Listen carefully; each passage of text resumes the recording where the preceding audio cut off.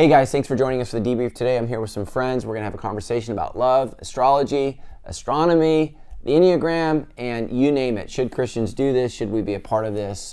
It's an incredible conversation. I think we learned a lot, and so I think you'll learn a lot too as you navigate more and more people who are turning away from the church and turning to astrology. And how can you handle that as a Christian, and what maybe do you need to know about it to talk to your friends and family?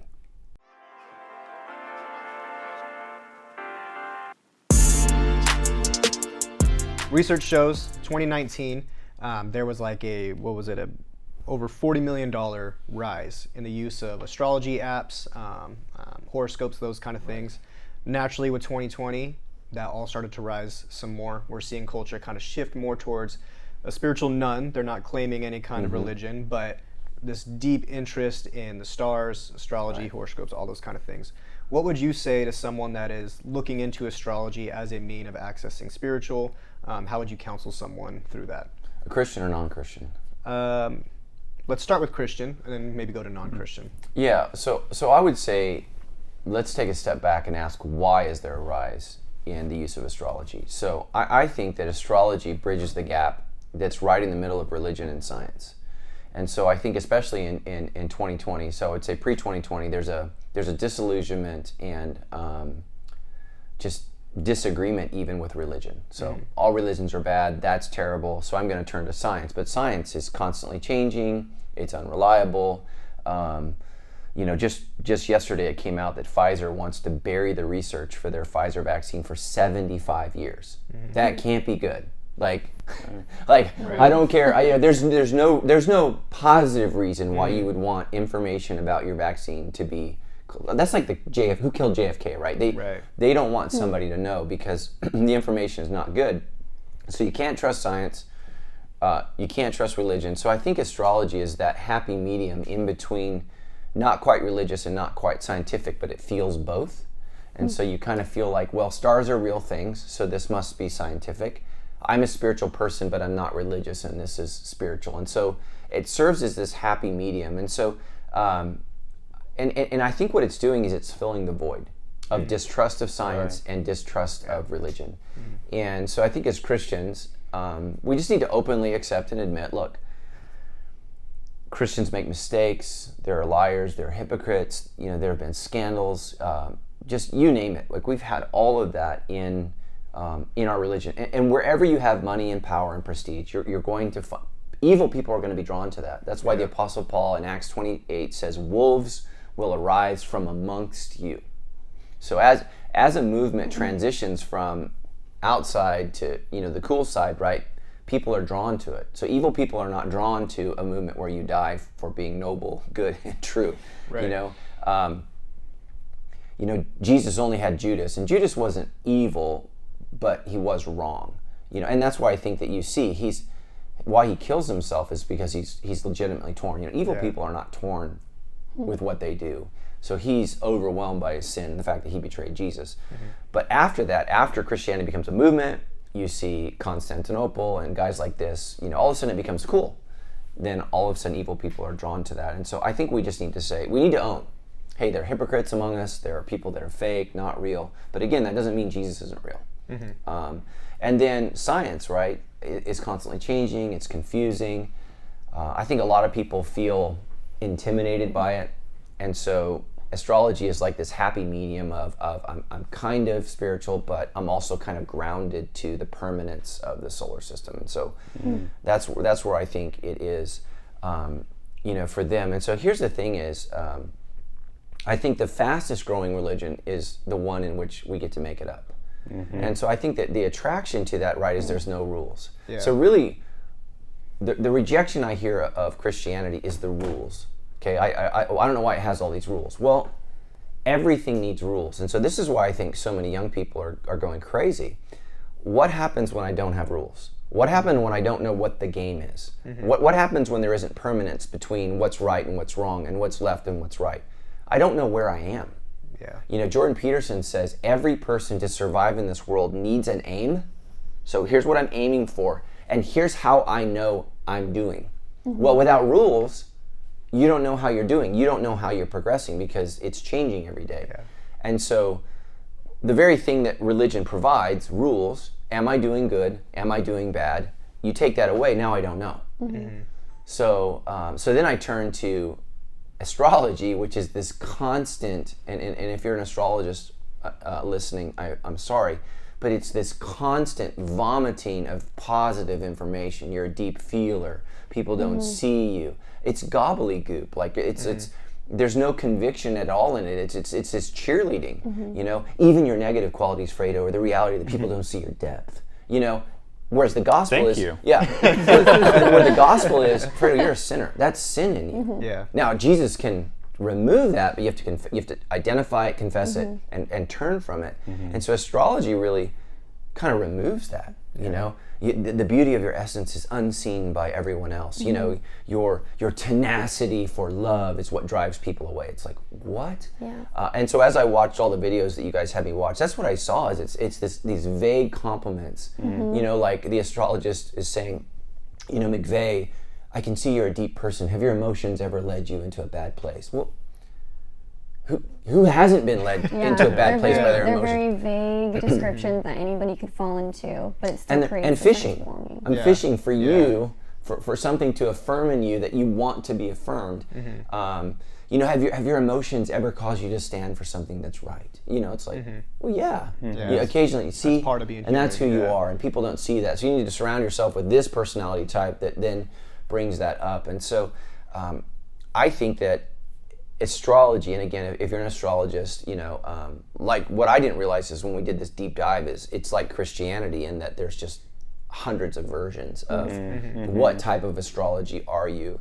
And so what I would say is who you are is not aligned with the stars. So that's what I would say to the Christian. Who you are is aligned with God, who set the stars in their place. And so it's a completely different place. And so I would say be very, very careful, because what astrology ultimately is about is your future.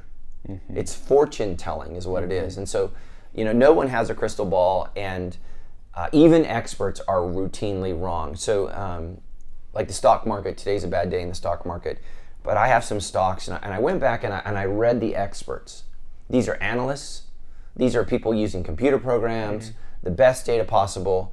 Here's what they said in December was going to happen to this specific stock. Every single one was wrong. Yeah. But that's the problem. But that's not going to keep them from continuing to predict. We all run back to these people that are continuously wrong. Wow. Yeah. So, you know, and even Warren Buffett gets it wrong more than he gets it right. And he's very, very rich. And so we have to be careful with that. And so I think what astrology does, it's trying to provide some kind of meaning to this chaos. Right. Yeah. Well, here, this is why this is happening.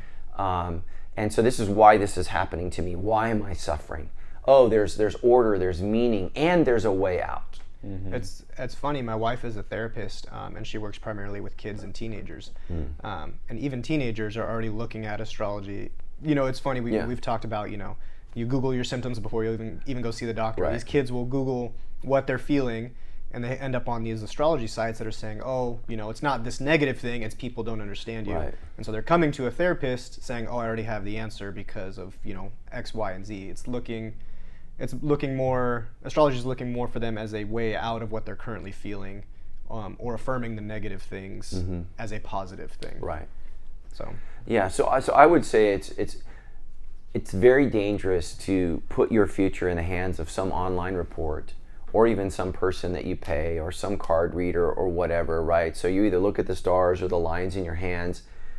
I think it's an escape to not force yourself to take responsibility for the choices that you've made. And I think even Christians do that when we move to hyper Calvinism, where it becomes fatalistic. Well, I'm not responsible. God has done all of this, and it takes responsibility. Well, I had to do this. I'm a Sagittarius. I'm a Capricorn. Well, you know me. I'm an Aries, right?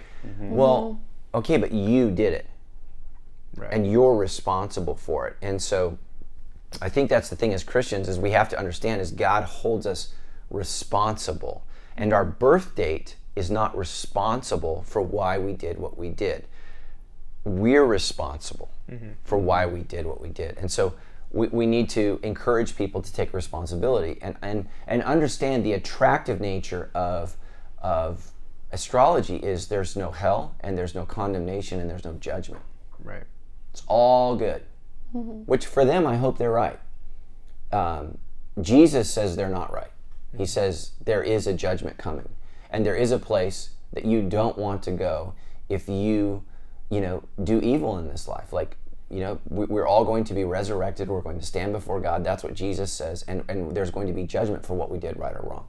And my interpretation of astrology is you're not accountable for what you did. You just did what you did because you were born on a day when the stars were aligned.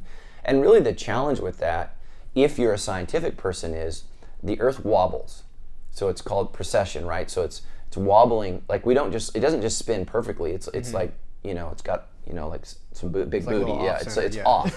And so, even like if you ask somebody right now, are we in the age of Aquarius or what's the fish? Pisces? Pisces. So are we in Pisces? I think so. Yeah. I'm a Pisces. Yeah. Born in March. Yeah. So, well, I that's love the ocean. yes. It seems fishy. I love to swim. Yes, that's okay, Nemo. Thank you.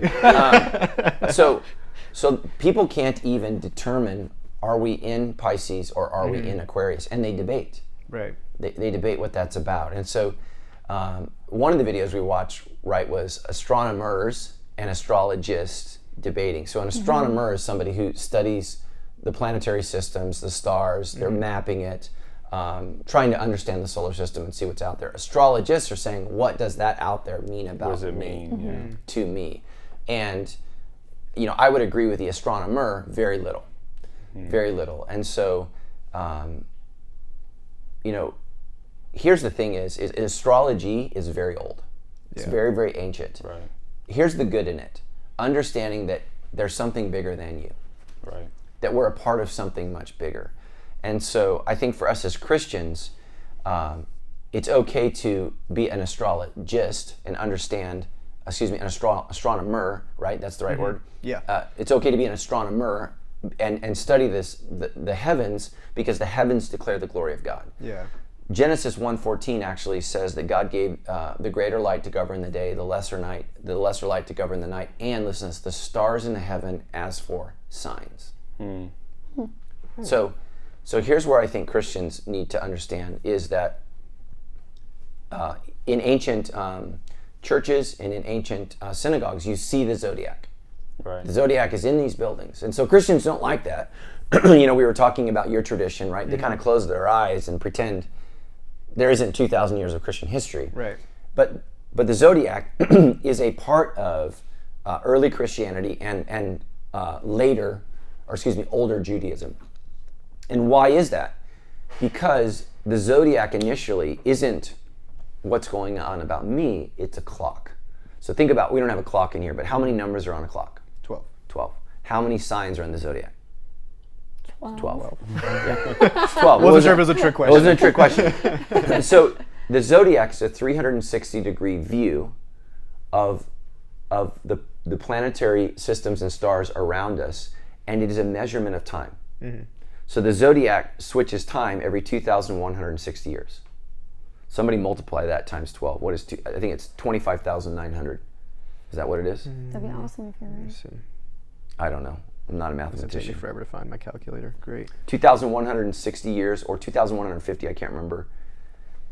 What's the equation again? Times 12. 2,160 times 12. 2000. I think it's 25,900 is the answer. 2,160. Yes, Zach says yes. 25,920.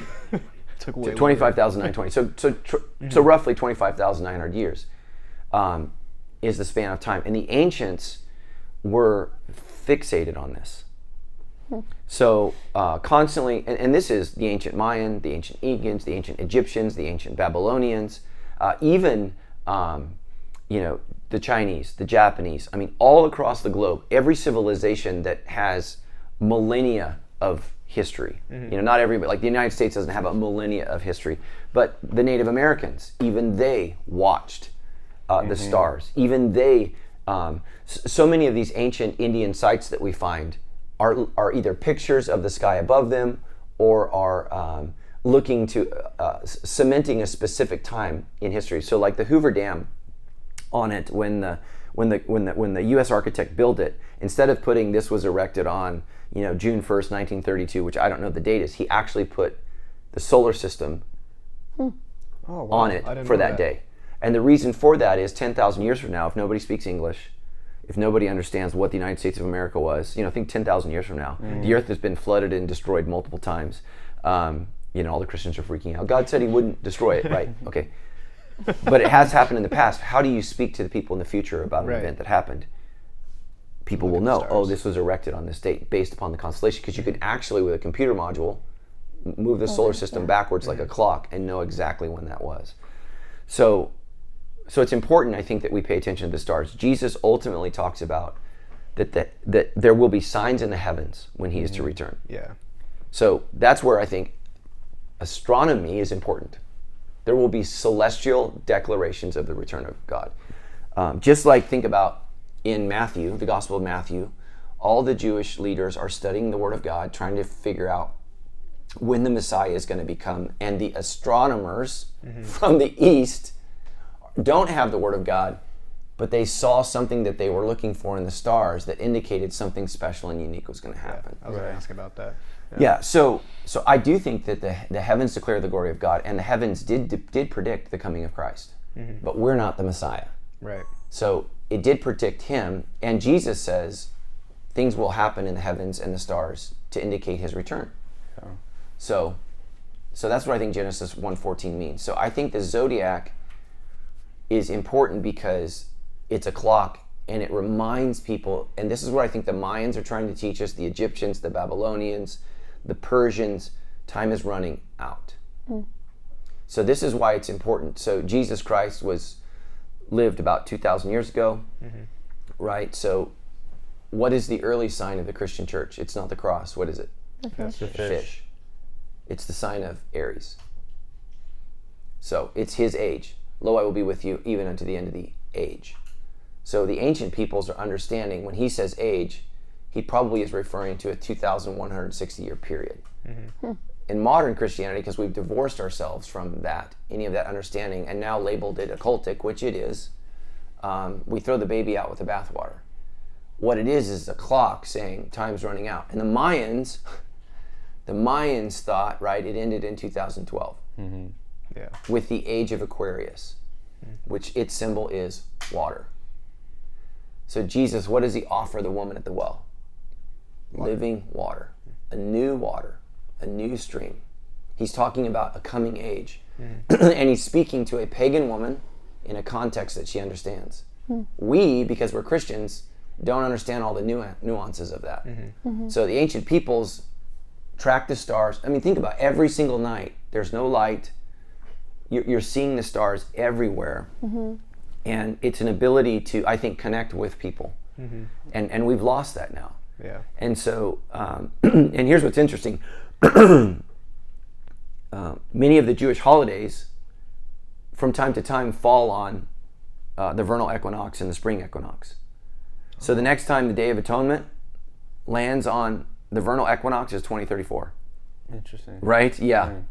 Easter can land on the spring equinox. Here's the bizarre thing. There may have been a time when Pentecost was on the summer solstice, right? Because the earth is wobbling. So right now, summer solstice is somewhere between June 20th and 22nd, the longest day of the year. So Pentecost could have been right around that moment, because it's, 50 days after Easter. If we had a late Easter that year, because again, the earth is wobbling, so the seasons are changing a little bit. So it's just interesting, right? We need to understand that the Jews operated according to a calendar. Yeah. The first thing God does is he sets up a week. Like, he's organizing things.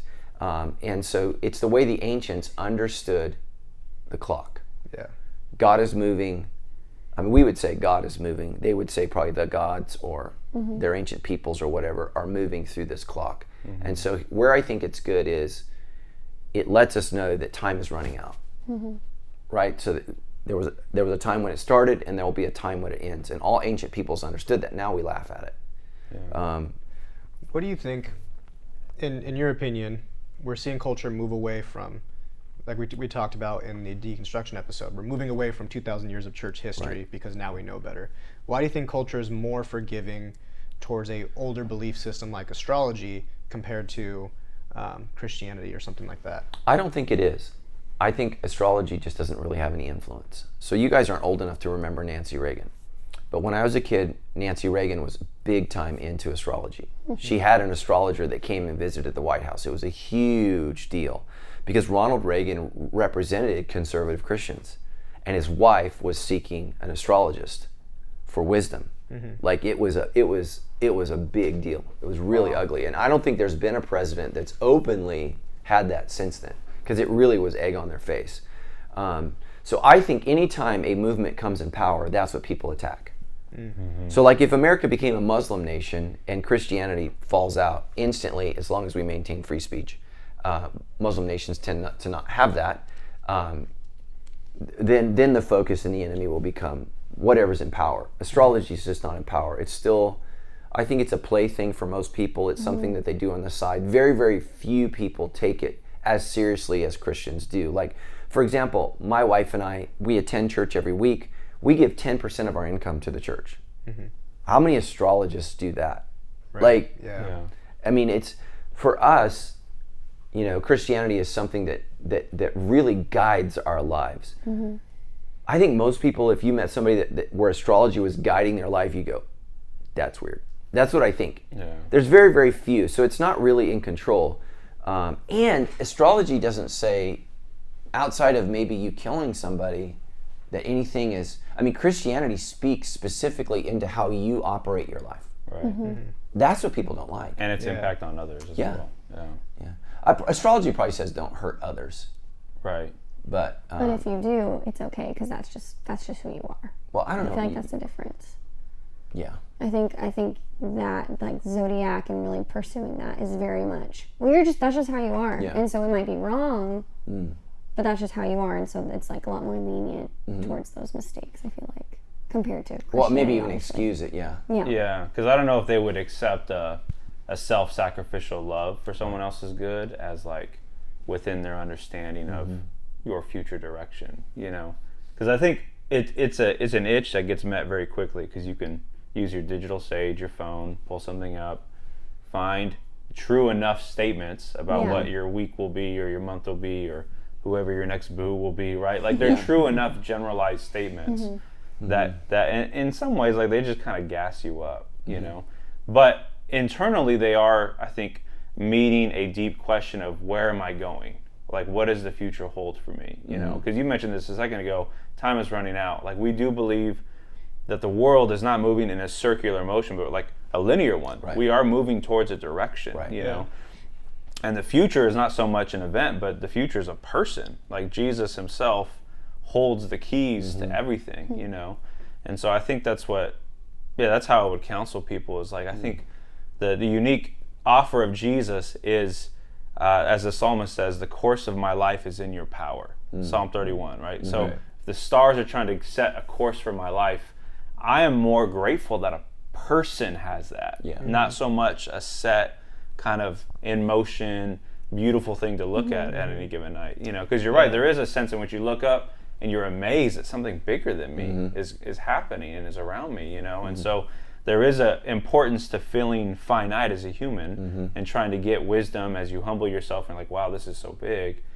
But the good news of Jesus is like all the mystery of God is found in this person, you know, and we have a rabbi, we have a teacher, we have a compass who took on human flesh, you know, and so that's what I would say to anyone who's curious about their future is like, that's a good thing, that's a human thing. Right. Consider for a moment another human has your future, and he actually lived and died for you, you know, and so, Yeah, and your future is not in a bunch of mathematical charts and graphs, you know, calculating the stars, but your future is in a divine, eternal spirit who we call God, and he has revealed himself to us by becoming flesh on the earth. Like, so like I'm trying to understand myself through stars billions of light years away, or I can understand myself through a personal God who became flesh and dwelt among us. So one is my future is out there, and the other is my future is right here in Christ. He visited us, And so, so that's the other thing is like, so the astrology, when we did the research, it says astrology comes to us from the Babylonian and Egyptian cultures. I actually think that ancient Egyptian culture was a resurrection-based culture. And the reason I think that is the pyramids. I do not believe that the pyramids of Giza are a tomb. I think it is a picture of resurrection. So the pyramid of Giza is 1/43,000th the exact size of the northern hemisphere of the Earth. Wow. And it points to Orion's belt, 3 stars, and it sits in direction to the Nile River as Orion's belt does to the Milky Way. It's incredible, man. It's an exact reflection, and I think what the Sphinx is probably a lion looking at the exact vernal equinox at a particular date in time that is much older than our schools think. I think, our schools think civilization started about 4,000, 6,000 years ago. And the problem with that is we don't see little pyramids getting bigger, failing, they just show up, The way that human invent things, right? Like you can't compare what Ford built in 1912 to the Ford you drive today. Right. Because there's been a progression through experiment and whatever. How on earth did the Egyptians start off with the Tesla car? Ooh. Yeah. So there's a divine intelligence there that's been lost. And so I think the Egyptians, when you look at it, right, there's 3 levels. So did you know that there's a room beneath the Pyramid of Giza, and they're all empty. Every single one is empty. And then there's these pathways. One's called the Queen's Chamber, and the next is called the King's Chamber, and they all point exactly up to Orion's belt. Like, wow. How do we get up? Even while they're underground. Yeah, it's a picture of how do we ascend to heaven. This desire for resurrection, and there's never been a tomb found in there. And I believe I've not been in the inner sanctum of the pyramid, but it's empty. Like there's nothing written in it. Like, really? Yeah, and some of them are, but in Giza there's nothing. So it's crazy, man. And what these guys could do, it's just amazing. So I think that the Egyptians are marking a particular time, a moment in time. I think it might be the flood, right? The worldwide flood that we were all taught didn't happen. I think that there's a catastrophe that happened that was global, and they're trying to mark it to warn us about, again, future judgment. Even the Mayans, right? All the sacrifices that they did, it wasn't that they wanted to kill people. They were trying to delay the coming judgment of God. Yeah. Or get their crops back. Yeah. So they're trying to appease God by killing these people. Right. Because they thought doom was coming. And they were trying to avoid that. And so, so there's this ancient wisdom of trying to avoid this upcoming judgment of God. The God or gods are displeased, and they're going to come back. And so for us, right, that's the day of judgment. For Muslims, and Jews, right, God is going to judge. Muslims and Christians, we believe Jesus is going to judge. So as Christians, we believe that we're saved by grace through faith in Jesus, and we'll survive Judgment Day, as Paul says, as though through fire. That's not very encouraging, but we're going to get through it. And so I just think people don't want that. It's like people don't go to the doctors because they don't want the bad news. I think that's why people avoid Christianity, because there's only good news because there's some really bad news. And the really bad news is you will not live forever on your own. Yeah. So, everybody says, they died and went to heaven. I'm like, great, which direction is it? Like, nobody knows. Right. But Jesus says, I know, because I came from there. So, so before we started recording the show, Maddie and I were talking about how a lot of astrology is seeking like really deep personal relationships with other people, trying to understand where they're coming from, understand what makes us tick. And you guys both said some great things about finding like our identity in Christ. I would love for you guys just to expand on that. People that are looking for just deeper personal relationships in a very digital age, and are turning to astrology for that. Like, I'm trying to think of how I would word the question so it's nice and boxed, but how would you guys counsel someone that's maybe not necessarily looking for their future, but just looking to connect with people? I think that astrology is attempting to answer the question of, why is it so hard for me to find love? Why is it so hard for me to relate to these people when I have such a desperate need for that? And so So its answer, right, is it's the barriers are in the stars. And so you need to pursue somebody who is aligned with you, you know, according to the date with which you were born. And the problem is people are challenging no matter what day they're born because people are sinners. And I think it's just trying to make sense of, right, like I think most people want love, most people want peace, most people want good things. Why don't we have it? Because there's a part of human nature that doesn't allow it. You know, and so astrology, I think, says if you can align yourself rightly to a person, then you're going to avoid what we call sin. And the problem is, I don't care who you married, and there's probably a bunch of dissatisfied astrologists out there who are like, I married my perfect person born on the perfect date, and we still suck. Because stars aren't the problem, sin is the problem. And you know, I think I think we're all lonely on some level, and we're dissatisfied with our friendships, our relationships, and even our family of origin. And so astrology says, oh, you're misaligned, so if we correct that, then you're going to find peace. And I just think it'd be nice, but you know, if it was that simple. I mean, I've been a pastor for 26 years. I am continually shocked at how hard good people are. Yeah. I actually really loved what you said about what they're looking for, because I think all of the research and the videos and the podcasts that I watched and listened to that we had talked about, the more information I found, the actually more divisive I feel like the zodiac is, because it really is. It's this question of like, how do I find people? And if you're not this sign that aligns with me, I want nothing to do with you. Like, if you're a Scorpio, we can't be friends. If you're like a lot of the more the pop culture and sort of like really base level, it really does seem very divisive if we it's don't like spiritual align. racism. No, really, it really was like that. And so I love what you're saying. It was like, we're craving love, we're craving relationship, but people are broken. So it doesn't matter if you're the same star sign, because and even in church, I think the reason, you know, people leave the church is, I got hurt by the church. I say, well, what were their names? Sandals Church doesn't hurt anybody, but people in Sandals Church, they've hurt me. Like anybody needs to go to therapy for their wounds from Sandals Church, it's me. I mean, you know, I was talking to somebody last night, and this is somebody that I really trust, and he was challenging a leader in our church. He said, there's no way they're going to be upset after all we've done for them. And I almost started laughing. I was like, look, man, I've loved my wife for 26 years. I've been good to her. It doesn't matter a hill of beans when she's mad. It just doesn't. Like she when we have a disagreement, she's not. You know what? You've been good and faithful for 26 years. You've provided. You've had integrity. You've listened. No.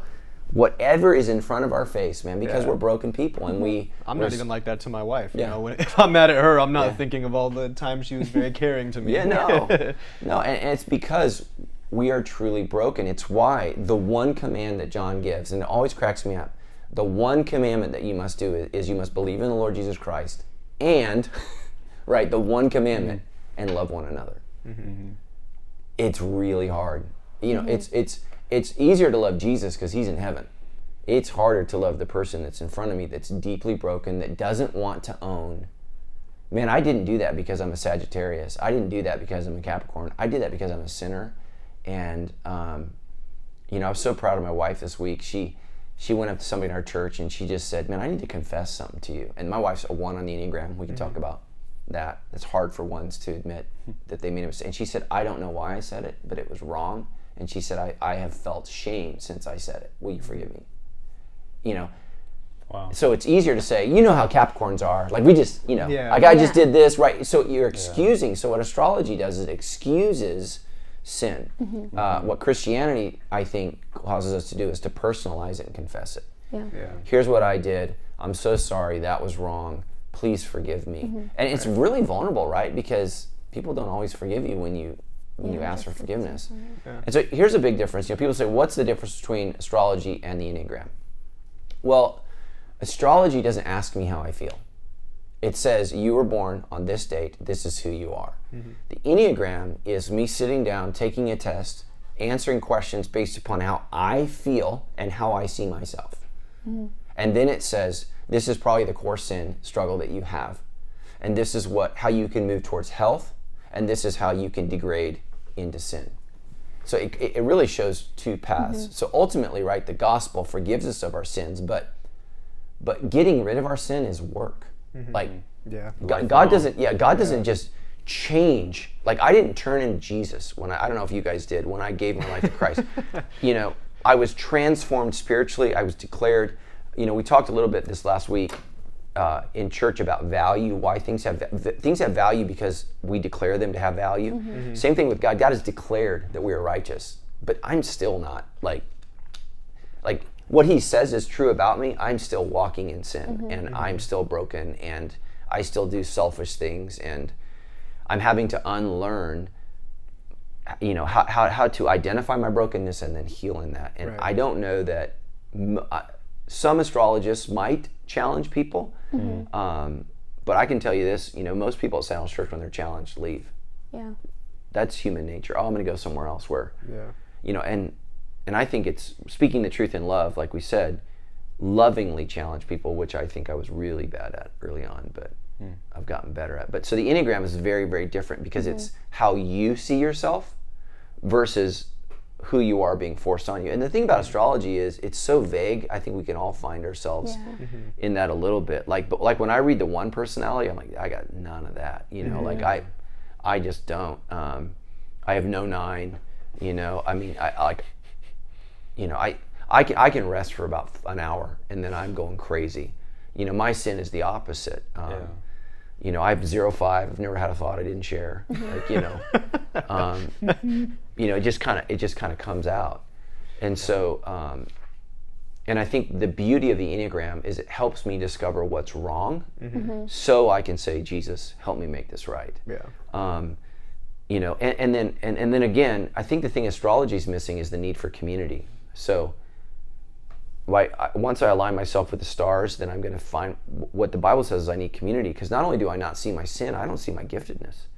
Like your sermon a couple weeks ago, I think it was your first sermon about our giftedness. I was sitting in group and one of the gals, she's like, I don't see my giftedness at all. And what she means by that is I can't sing, I can't preach, I'm not a face for the church. Right.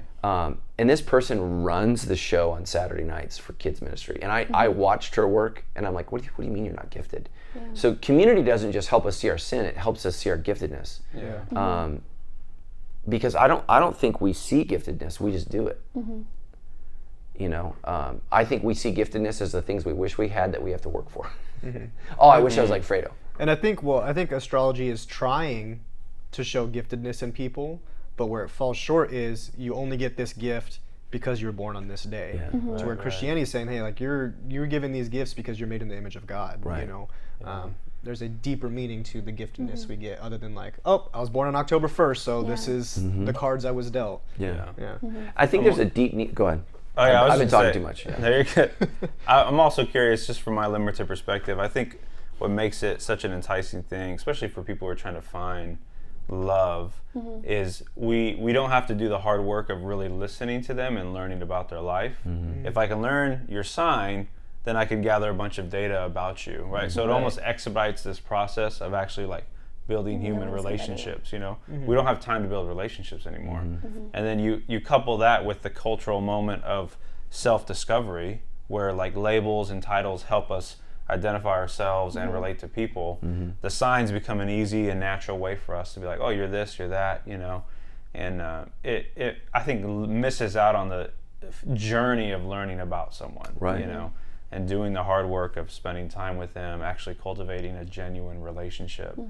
And I just think there's another way. I think there's a better way forward for us. So, because it is real and human to feel like there's got to be someone there. And there is someone there. His name is Jesus, right? And that's not a cliche. Like, I think everyone is looking for God, whether they realize it or not. We are searching for God. Since the garden. We've been looking for God, and so I think, the astrologist approach is a step in some direction, but like there's a lot more out there, Yeah, so much of it really is like when you think it's for yourself. It's very much like self-focused, self-guided. Of like, hey, today, because you get your daily horoscope. It's like, avoid this because this might be hard, but then pursue this. Like if you're feeling lucky, go for what you think today because the stars are aligned. It's very much like very limited guidelines versus pursuing personal growth. Yeah, and what you just said completely devalues wisdom.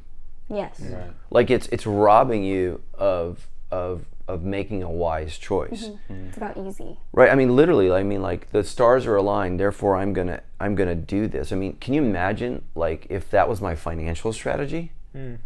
Like I would be broke. And it's really, really sad. And I think the thing is, when you say enough vague things, people are gonna, find some truth where they want to see it, and only remember that and not remember, and Christians do this. I don't understand why, God did this. I was speaking with a pastor this last week, and his wife committed suicide. And he's trying to understand that.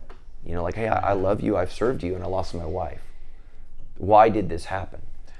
So that's where I think astrology comes in. Oh, well, these stars, it's not your fault. This just happened. And the problem is, as Christianity, I think we have to have room for, we don't have the answers to everything. We just don't. Things don't always make sense from our perspective. And we have to, and that's where I think worship is helpful. You just go, okay, Lord, this is bigger than me. I don't understand this. And whereas, what do you do when the stars are aligned and it's still wrong? I mean, that's very, I think the wheels kind of fall off at that point because it's clearly wrong. And so, I think you got to be very careful about, who you give control to. And religion has not, and Christian religion has not handled that wisely. As one of the things I've tried to do, as my power and influence has grown, when I started Sandals Church, right, I had no influence, I had no power. But as the church began to grow, I watched pastors from our church not handle power well. Some people change when they get on stage and they preach. They get a little authority, they get a little notoriety. It messes them up, and so you have to handle that very carefully. And so pastors don't. They believe their own press. I think that the weird thing about like Tom Cruise at the end of the day, and I'm going to pick on Tom Cruise, at the end of the day, he knows he's not a spiritual leader. He's not God. People may treat him like a star, but he knows. And a rock star, the same thing, or an author, the same thing. Right? They have a type of worship. The danger in Christianity is not only do I have some fame, but I do represent God. And I do speak for God when I'm speaking for him. It's a very dangerous thing. And it's why very few people can handle it. We talked about words this week, and James says, not many of you ought to be teachers, because you will have a stricter judgment. Like, right? I mean, we need to be careful with that, because and some guys just don't. And so I think that's been very hurtful. And so what we've done is we've not handled our authority well. And for everyone who's a critic, it's not as easy as you think it is to lead people to do the right thing. Like everybody's super critical of the Catholic Church, as they should be, for molestations and the protection of priests. I'm someone who's had to intervene when there's been a child that's been wounded or hurt. It's not as easy as you think, and people do not support you in the way that everybody categorically would say, yeah, that's the right thing, I would do that. And then you do it, and there's family members involved, and there's friends involved, and there's people who say, right, O.J. Simpson's mom still thinks he's innocent. He cut off Nicole Brown Simpson's head. Like, he did it. Right. And I probably just lost half our listeners. He's innocent, he was framed. Nobody wants to believe that their loved one is evil. But it happens, and I think the hard thing in leadership is willing to not let evil win and do the right thing, even when that means you potentially send your loved one, your friend, your fellow priest, your fellow pastor to jail forever. And at the end of the day, unless I saw it, I don't know what happened. Right? So, could the Catholic Church have done it better? Yes, absolutely. But they just, the vast majority of priests, they just did a survey in France. 97% of priests in France were good. It was the 3%, and how they didn't deal with the 3%. Vote 11. Yeah. A little leaven's whole Yeah, lump. man. So, you got to deal with that. But I would think that when I started Sandals Church, I would have thought there would be unanimous support for dealing with pedophiles. And there's not. So you have to do the right thing and be willing to have people mad at you, blog, lie, disparage your name, because people who commit crimes against children don't go away quietly. Right. So, and there's people out there who say things about me, and it's like, it's actually what they did. But Facebook doesn't care. Yeah. So they I let think that's a miss that there is, I think, of understanding ministry and being in it, is that everything is so relational. Like, just like someone sinned grievously, but like there was still love and care of like doing exactly what you said. That's so hard, and I feel like people don't see that. Yeah, and here's the thing I would say, like if you're going to see an astrologist, I believe I'm going to stand before God and be held accountable for how I led you. Does the astrologist believe that? I think they just want to make some money, write a book, get you to sign up for their app. Are there some Christians who are that way? Sure, they're monetizing their faith, but they will be held accountable. I believe that. And I remember years ago, when Jim Bakker, he was a famous televangelist worth millions of dollars, ended up having sex with a bunch of women, taking money from people, building his own empire. And they asked him, why do you think you fell? Did you forget about God's love? And he said, no, I always knew about God's love. He said, I forgot to fear God. And so I think it's both. We have to know and believe and trust in the love of God, and we have to also know and appreciate and trust in the fear of God. And we have to have both of those things. Otherwise, you're just going to excuse your behavior. Our favorite guy that got in trouble for all the massage therapists, Ravi Zacharias, he would tell the women, God understands. And, well, what happened is, right, and this guy changed my life with his writings, affected me deeply in a positive way. Yeah. But he forgot the fear of the Lord. Yes, he's a man, and yes, God understands the temptations of a man, but he still holds him accountable, in particular because he's a leader. And so, you just have to deal with that. And so, I don't think astrology, again, has the same rules. And so that's why, again, everyone wants to throw out religion. At least there's identifiable, agreeable rules. I'm not a Muslim, but there are rules. I'm not a Jew, but there are rules. I am a Christian. I'm a conservative Christian, and there are rules. And I know when I'm going outside or not. With astrology, man, you're on your own. I don't know I don't know that any of them know when they violated whatever it is that they think. And that's why when people say, well, I'm just a spiritual person, you have no rules. You have no compass to know what north is and what south is and what east is and what west is. And I think it's a very, very anxious-inducing thing.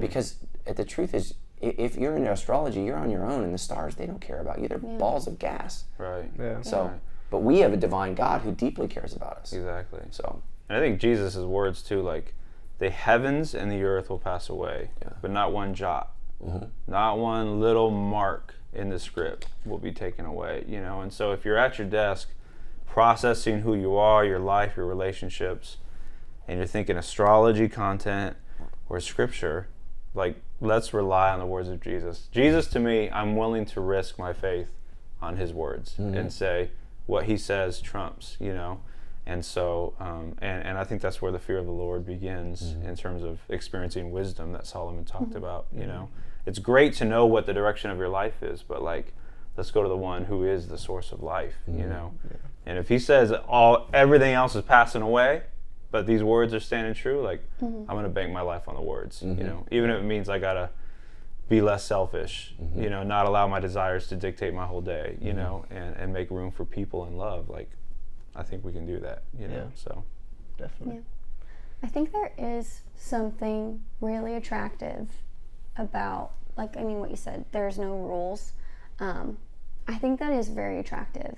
To anybody. I think particularly young people, of almost being this, I'm just a leaf floating in the wind, wherever it takes me. I think there is something really attractive about that.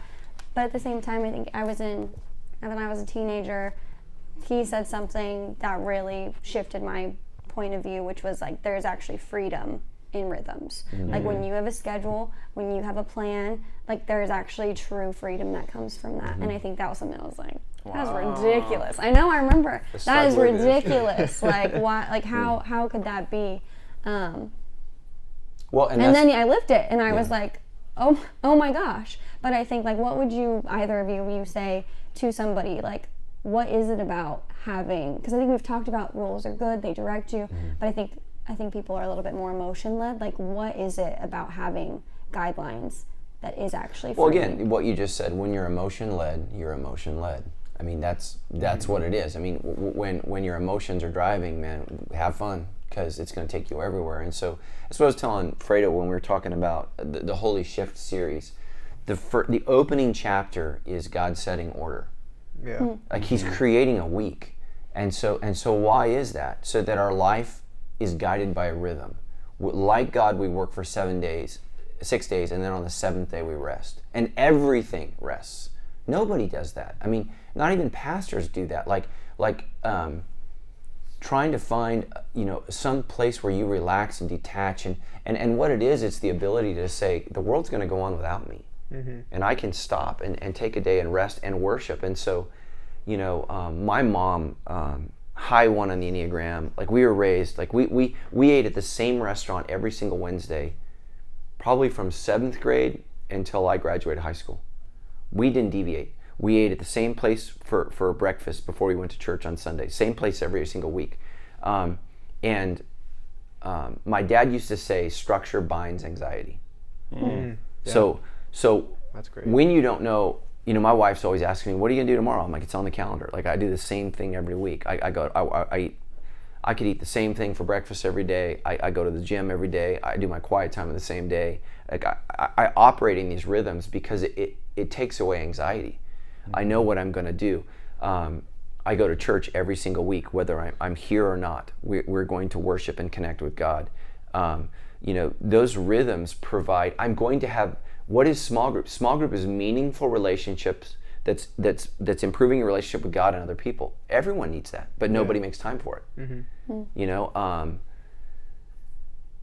It's meaningful friendships. Then it's service. It's meaning to life. Like everyone, I think, at their job goes, what's the point in this? Like I had more meaning out of working in the 4-year-old class than I've had in a long time. Yeah. Wow. I'm loving on these kids. Like I heard the stories of some of the kids that go to that class, what their parents are going through, what they're going to face when they go home. And I realized, how could I spend a more impactful hour of my life? Like how many of you guys have ever watched a movie or a show and you're like, I just wasted. Like, oh man. Right? Don't get me started. I will never feel that when I work in a 4-year-old class and I'm telling them God loves them. God made you. That's so important. Yeah. That there are rhythms to creation, and that's important, and you are loved and you matter, and I can't wait to see you next week. Like, think about that. I know. So the 4-year-old class was taught by Mr. David. That's what he tells the kids his name is. They know, and he says, I'll be here next week if you come back at 4:00. So it's that consistency. Yeah. And that's what's so important. And I think so many households are missing that because on Sundays they don't know what they're going to do. Are we going to wake up? Are we going to go get breakfast? Are we going to fight? What are we going to do?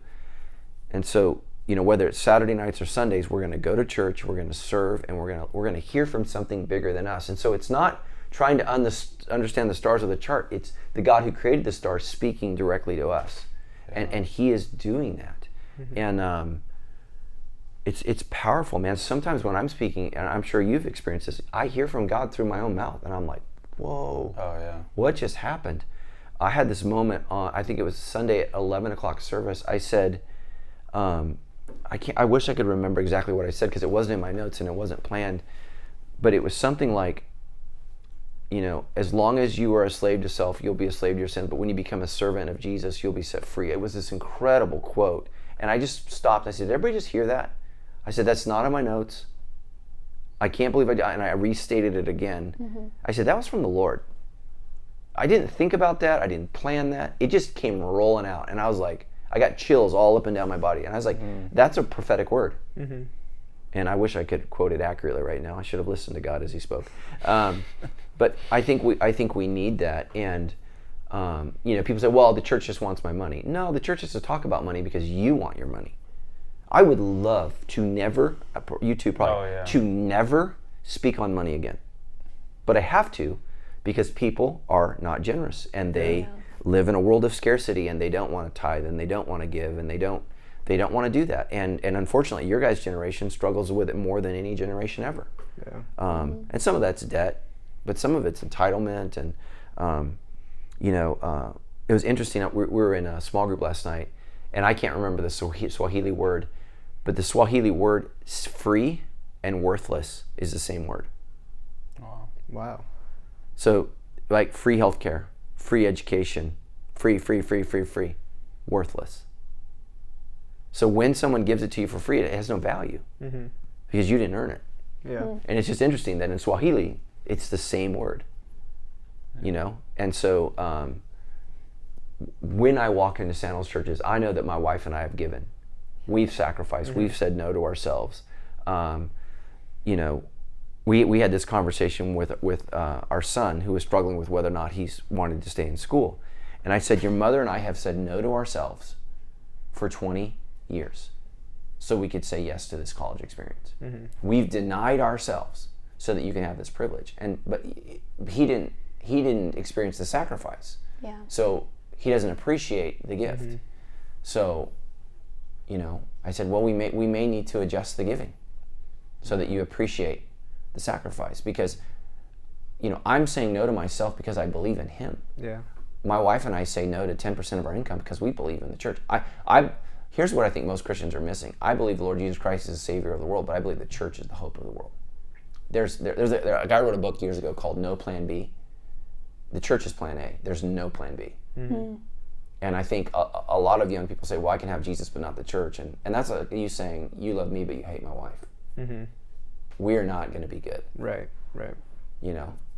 So. That's wild. That was really good. Yeah. So astrology I think offers a semblance of spirituality and science on your own time, but it's all about you. The church says, we're doing the series on prayer, Our Father. It's not my God. It's our God. And it gives I think it addresses the major problem. It's not just the sin in myself, but it's the sin with each other. Yeah. How do we treat each other? This week, how many times did I say, did Paul lead with dear brothers and sisters? Like, we just read that like it's nothing. Yeah. It's a huge statement. Right. And it's cool. I mean, Maddie, you could speak in this too. Like, as a younger person in the church, I'm seeing the work our church is doing to say, like, hey, this is not an individual experience. Like, we are an entire body here. One of the reasons I keep going to Palm so much is because of how connected that campus is, and how much I've bought into, like, okay, these aren't just people that I wave at on a Sunday. Like, this is family, and this is who, we're in all this together. But the church isn't the place. The church is you. The church is me. I feel like that has been so disconnected of, like, the church is where we go. No, this room. This is the church right here. Yeah. And I think that is lost on people of like family and meaning and hope. Well, and again, the church is a family with rules. Yeah. Like, our households, maybe they had rules or didn't. Like, we are governed by an authority who says love one another, care for one another, forgive one another, make an allowance for one another, challenge one another in love. I mean, it's a beautiful family when it's actually done. Unfortunately, all the church gets credit for is all the mistakes in history, but all the good people are lost and forgotten and not taught about. They're not taught when, man, there was reformers. There were guys who said, hey, this is wrong. Every year we celebrate St. Patrick's Day, and nobody thinks about what St. Patrick did. Right. Have you seen what's that movie called Silence? It's by it's the Catholic missionaries. Martin With Scorsese. Andrew Garfield and some other people, right? Right. Yeah. You only thought about Andrew. Kylo Ren. Everybody wants to assume that every priest that came was a colonizer, an oppressor, and you see these guys being crucified upside down with rats in their face. Like these rats are eating on their face. It's because they genuinely loved the people of Japan. And they wanted to make a difference. Even like Juno Paracera, whose name is like a curse word now in California, he consistently advocated for better treatment for the Native Americans because Spain was an army. It did have a king. There was horrific things about how Spain dealt with. And what is he doing? This is wrong. He confronted soldiers, and there were a group of Indians at his death that deeply loved him. Was he perfect? No, and no one is. But there were men and women that traveled at great risk to self to share the gospel, and there were countries that I have to believe that there's devout men and women of God who are Russian Orthodox. I'm not going to blame them for what Putin's doing. Right. But there are devout men and women who love Jesus in Russia, but they're under a government that's totalitarian, and by the way, he doesn't care what you think. We're so used to in America, well, I'm just going to speak up and stand again, and that's a relatively new idea. But Junipero Serra, within context, challenged authority and said, we need to treat these people better, which I think, and that's not to say that Native Americans were treated well. They were treated horrifically. So, but not every priest was this awful, terrible person. Right. So, but we only study the mistakes and the atrocities. We don't study, so I was in Rick Warren's library 3 weeks ago, and the only thing that I liked, thank you, Rick, if you're watching, love the time. The thing that I thought was profound was the 1941 Time magazine article, and it was interviewing Albert Einstein, and he was talking about all the Christians that died in the concentration camps. When have you ever heard that? Wow. He said, and I asked Rick, I said, can I take pictures? I have pictures of the article. He said, I thought the universities would stand for truth. They did not. He said, only the church stood against Adolf. Wow. And he said, and they all died for it. And he said, it's caused me to reevaluate my faith. Wow. But what we're taught in school was Adolf Hitler just killed the Jews. He killed anyone who stood against him in his pursuit of an ethnically pure Aryan race. And it was the church that said no first. Yeah.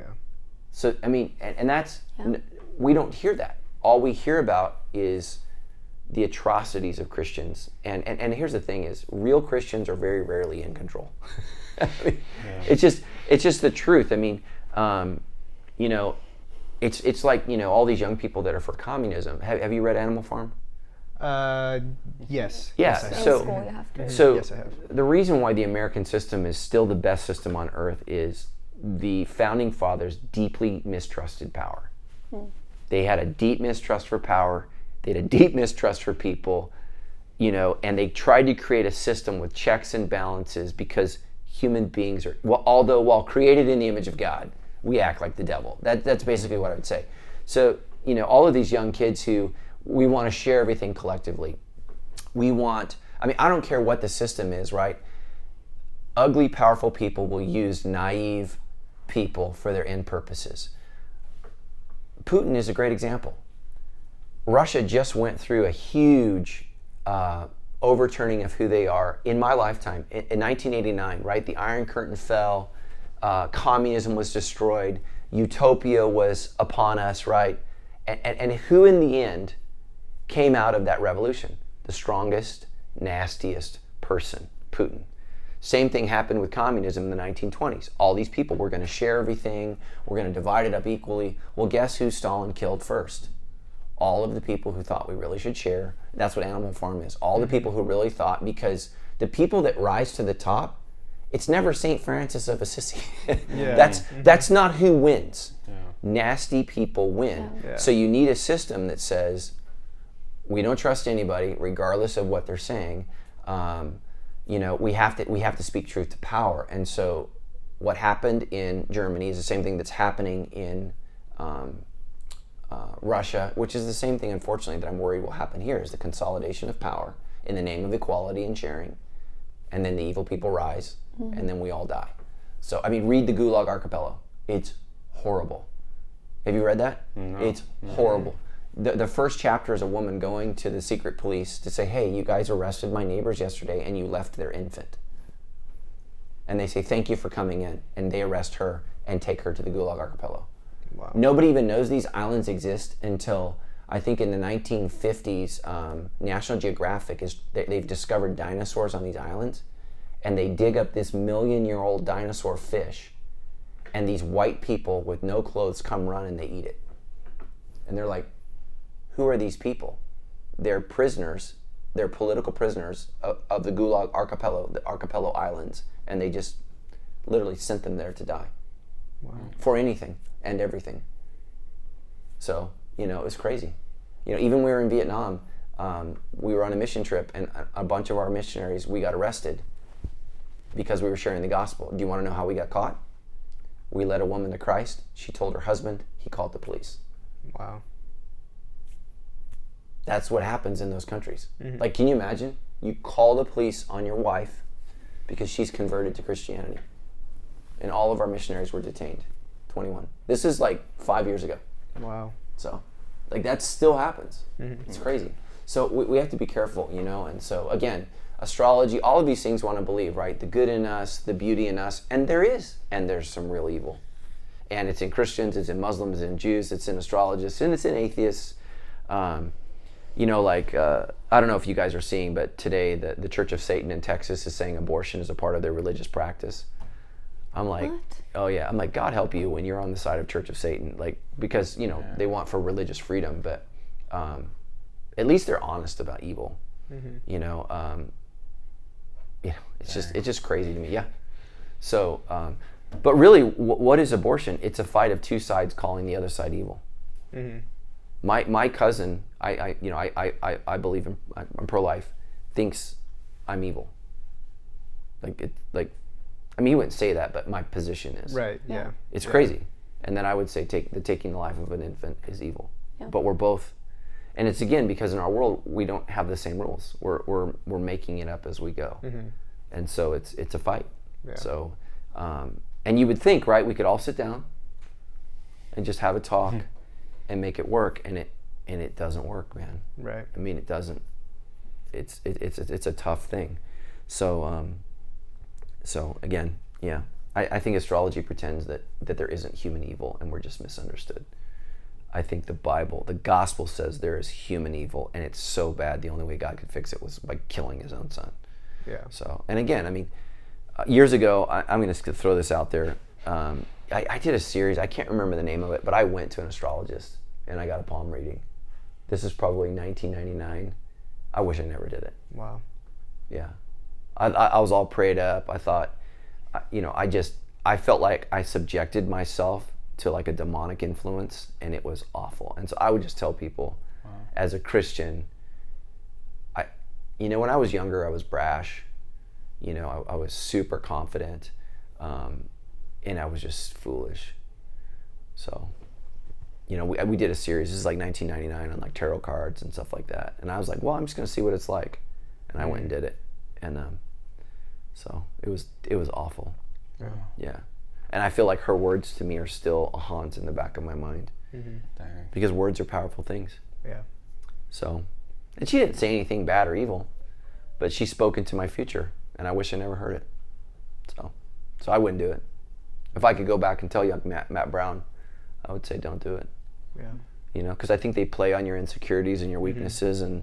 and it was just, I don't know. I walked out of there going, I should have never done that. I have students at youth, a student at youth, him and his girlfriend went to a card reading. I didn't know they were going. I didn't find out until afterwards. And even as they were explaining the entire thing, it was like, based entirely off of generalities, played into insecurities. Yeah. And it's ultimately caused that student more pain. Yeah.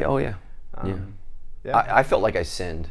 I felt like as a pastor, for a sermon, to provide clarity, I sinned, and it was wrong. Like it was terrible. Like I walked out of there, I was like, this was, like I felt like I cheated on God. That's what I felt like. I committed religious adultery. Like this is just ugly. And so I just confessed that to the church. I think it was 1999 or 2000. I was like, don't do it. It was just, and the lady that read my palm and did the reading, she said she was Christian.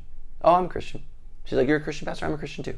Wow. I feel like, and so she's just kind of whatever she needs to be to. It's a meshing of things. Yeah. Yeah. So, yeah. Well, thank you for your time.